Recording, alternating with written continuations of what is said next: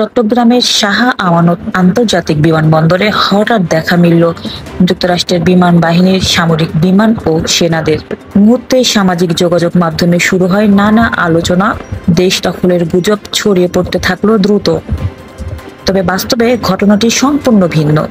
আন্তঃবাহিনী জনসংযোগ পরিদপ্তর আইএসপিআর জানিয়েছে, এটি বাংলাদেশ বিমান বাহিনী ও যুক্তরাষ্ট্রের প্যাসিফিক এয়ারফোর্সের যৌথ মহড়া।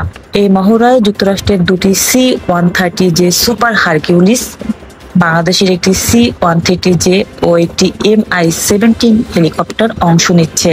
অংশগ্রহণ করছেন বাংলাদেশের 150 জন ও যুক্তরাষ্ট্রের 92 জন সেনা সদস্য। আইএসপিআর ও যুক্তরাষ্ট্রীয় দূতাবাস জানিয়েছে, এই মহড়ার মূল লক্ষ্য উড্ডয়ন প্রশিক্ষণ, সার্ভাইভাল এক্সারসাইজ, অনুসন্ধান ও উদ্ধার কার্যক্রম, চিকিৎসা প্রস্তুতি, দুর্যোগ ব্যবস্থাপনা, সক্ষমতা বৃদ্ধি।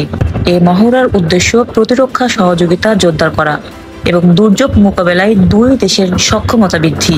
তবে সামাজিক মাধ্যমে ছড়ানো কিছু পোস্টে দাবি করা হয়, মার্কিন সেনারা নাকি রেজিস্ট্রেশন ছাড়াই চট্টগ্রামের একটি হোটেলে অবস্থান করছেন। কিন্তু হোটেল কর্তৃপক্ষ স্পষ্ট জানিয়েছে, সব সেনা সদস্যই নিয়ম মেনে পাসপোর্ট ও ভিসার তথ্য দিয়ে অবস্থান করছেন। বিশেষজ্ঞদের মতে, বাংলাদেশের ভূ রাজনৈতিক অবস্থান ও সংবেদনশীলতার কারণে এ ধরনের মহড়াকে অনেকেই অতিরঞ্জিতভাবে উপস্থাপন করেন। কিন্তু বাস্তবে এটি আন্তর্জাতিক প্রতিরক্ষা সহযোগিতার ধারাবাহিকতা, যা আগে হয়েছে, ভবিষ্যতেও চলবে। ডেস্ক রিপোর্ট, জান্নাতুল জান্নাত, জেড টিভি বাংলা।